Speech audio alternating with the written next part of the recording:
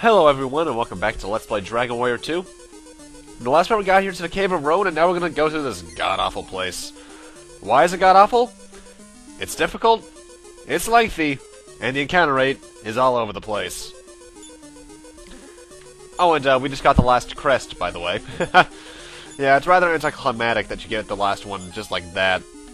But since we have all 5 of them, the echoing flute is now useless, so yay. Now, if you're playing along, you're probably going to die a lot here, so I recommend doing it in more trips than I do, since I know the game well enough at this point. And I also recommend using maps. Mind you, on the final floor, which I'll get to when we get there, maps won't really help much. Anyway, got a new enemy here, a Dark Eye. Dark Eyes have around 67 HP, can drop an Evil Shield, and other than that, they're pretty much the exact same thing as the Evil Eyes. Can dance to fully, dance to, I think it's lull you to sleep, if I recall correctly? Yeah, they can put you to sleep via breath. And they can pretty much do everything the Evil Eyes could, part or two ago. Mega Knights are the exact same as they were earlier. This place is actually pretty good for experience points. In fact, you can still run into metal babbles here. And, they give 1050 experience points a pop. Mind you, the next area outside this cave will be better for experience grinding.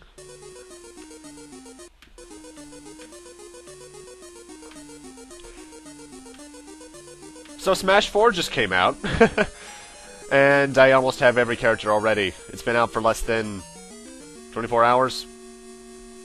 Anyway, I'll get back to that in a second. New enemy here, Berserkers. 88 HP, can drop a giant hammer, and they get to attack twice per turn, and they hurt. They have little to no resistance to fire spells, though, so I'll use those. But yeah, Smash 4, pretty good so far. I almost have every character in stage. The challenge board, the first one at least, is almost full too. And, as you can probably tell, I'm maining Mega Man because, fanboy. Also, be careful on this floor here, because you can run into green dragons, if you remember those guys from Dragon Quest 1. I didn't run into any throughout this entire cave, thankfully, but you can, and they can kill you. Especially if you run through, like, a group of 2 or more. Ugh. Anyway, just got the Armor of Erdrick, which is, I think, the best armor in the game overall. It doesn't have... I don't think it has the spell resistance that the magic armor does, but it just has a pure defense upgrade over it. There are treasure chests in here that I don't go for. I think they're all money. I'm only going for the 2 that I know for a fact that you want. Mind you, potentially I could have skipped one if a certain enemy had given me a certain drop, but I'll get to that momentarily. Also, why the hell is the Duck Hunt dog in a Smash Brothers game? It's kind of random, but I like it.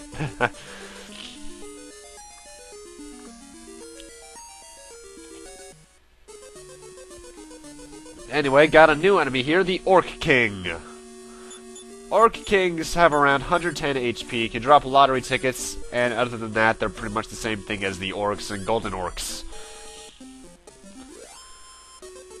Although I think they're the first enemy we've met that surpasses 100 HP. And we may have encountered one earlier, I don't remember.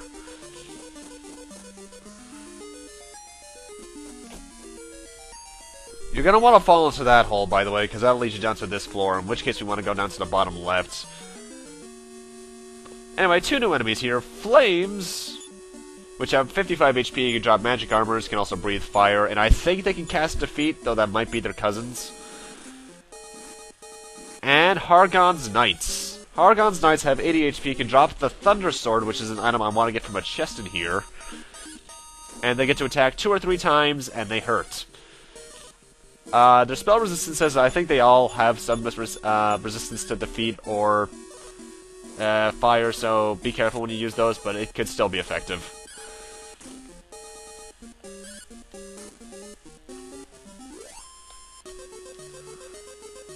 Also, I should mention, that room I was in before I fell into the pit to get to this room, I'm actually going to be cutting back there eventually, so keep that in mind.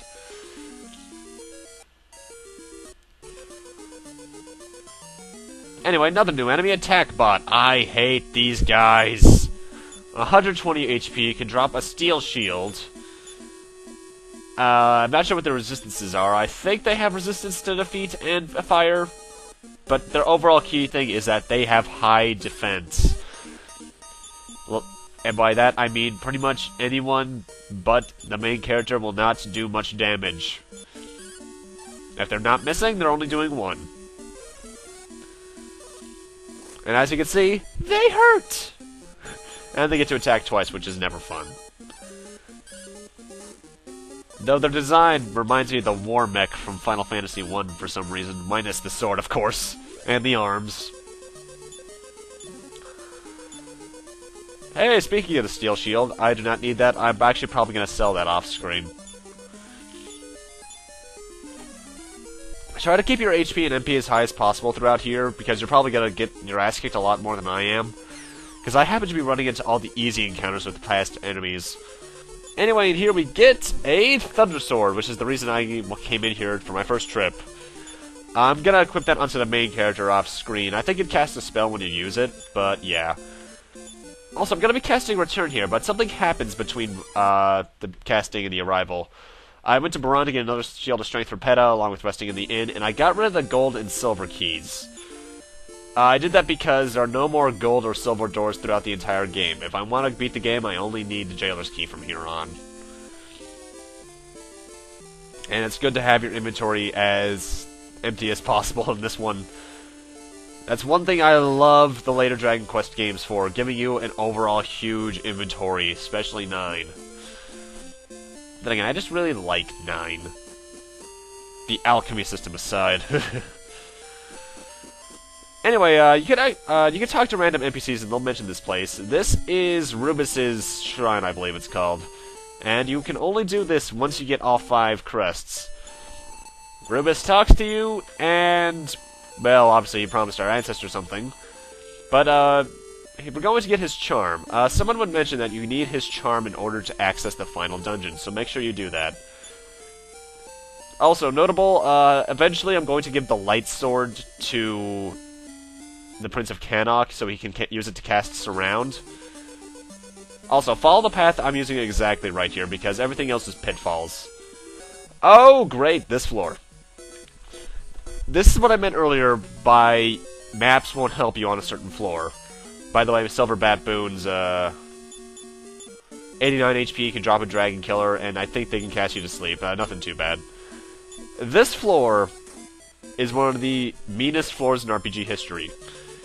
Its map conditions are set, but every time you go through a screen transition, you're teleported without your knowledge. It teleports you to another part of the map. So pretty much, it's kind of like certain mazes in games. Like if you go right, you come up the top, and if you go left, you come out the exit. The Lost Woods is actually a good example, actually. And it's really mean. Also, Magic Vampirus, 65 HP, can drop a Mysterious Hat, and I think they can cast certain fire spells. But thankfully, though, once you get to this floor, you're pretty much at home free, because, well, not home free. You're close to the end of it, so at least be glad about that. You can still run into green dragons on this floor, though, so watch out for that. So pretty much just follow my path and you'll get out of there, no problem.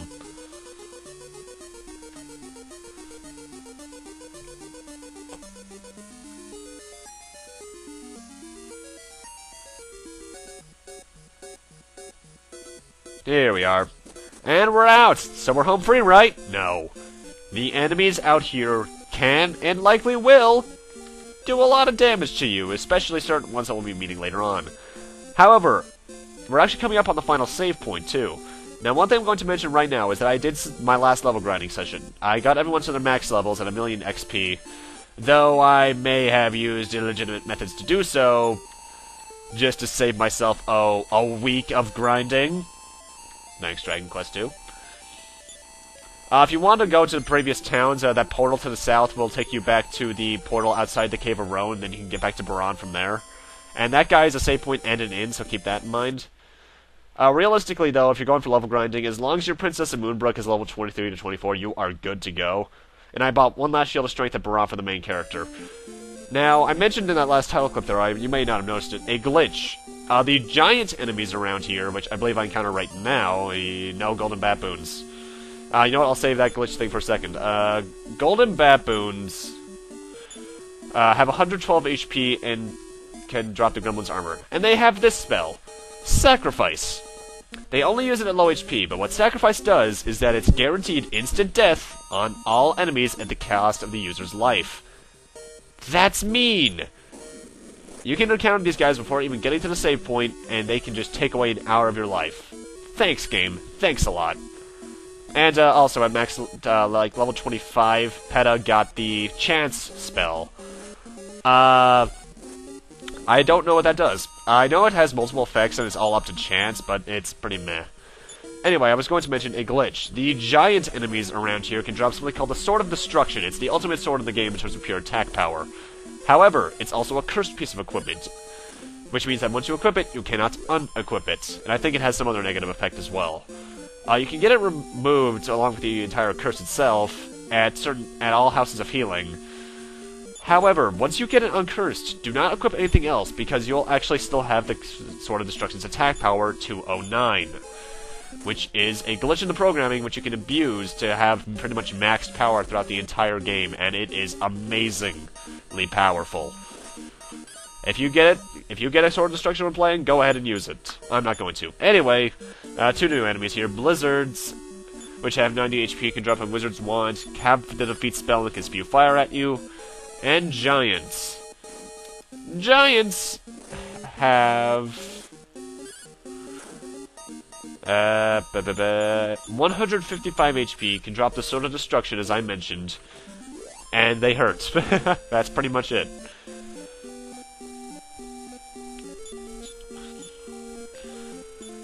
In case you're wondering where I would have done the grinding if I didn't use the illegitimate means, it's these hills right here. All the enemies in this area give like 1,000 to 1,500 experience points, so it honestly, even if you only go to level 23, 24, it won't take that long.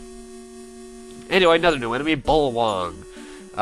That's a really stupid name. It's actually called the Arc Demon in Japan, by the way.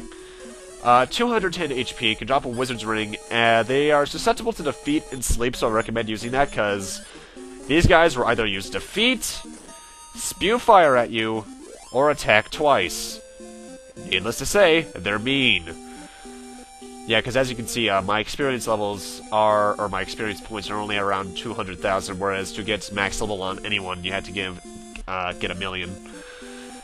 I really don't understand why everyone has a different max level, because it's all the same experience points. Mind you, some of the spells that the princess gets, that could be kind of broken. But, with that, I'm going to need to end this off here. Thank you guys for watching, and in part 10, we are going into, I guess, Rhone Castle to end off the game, ladies and gentlemen. See you guys then.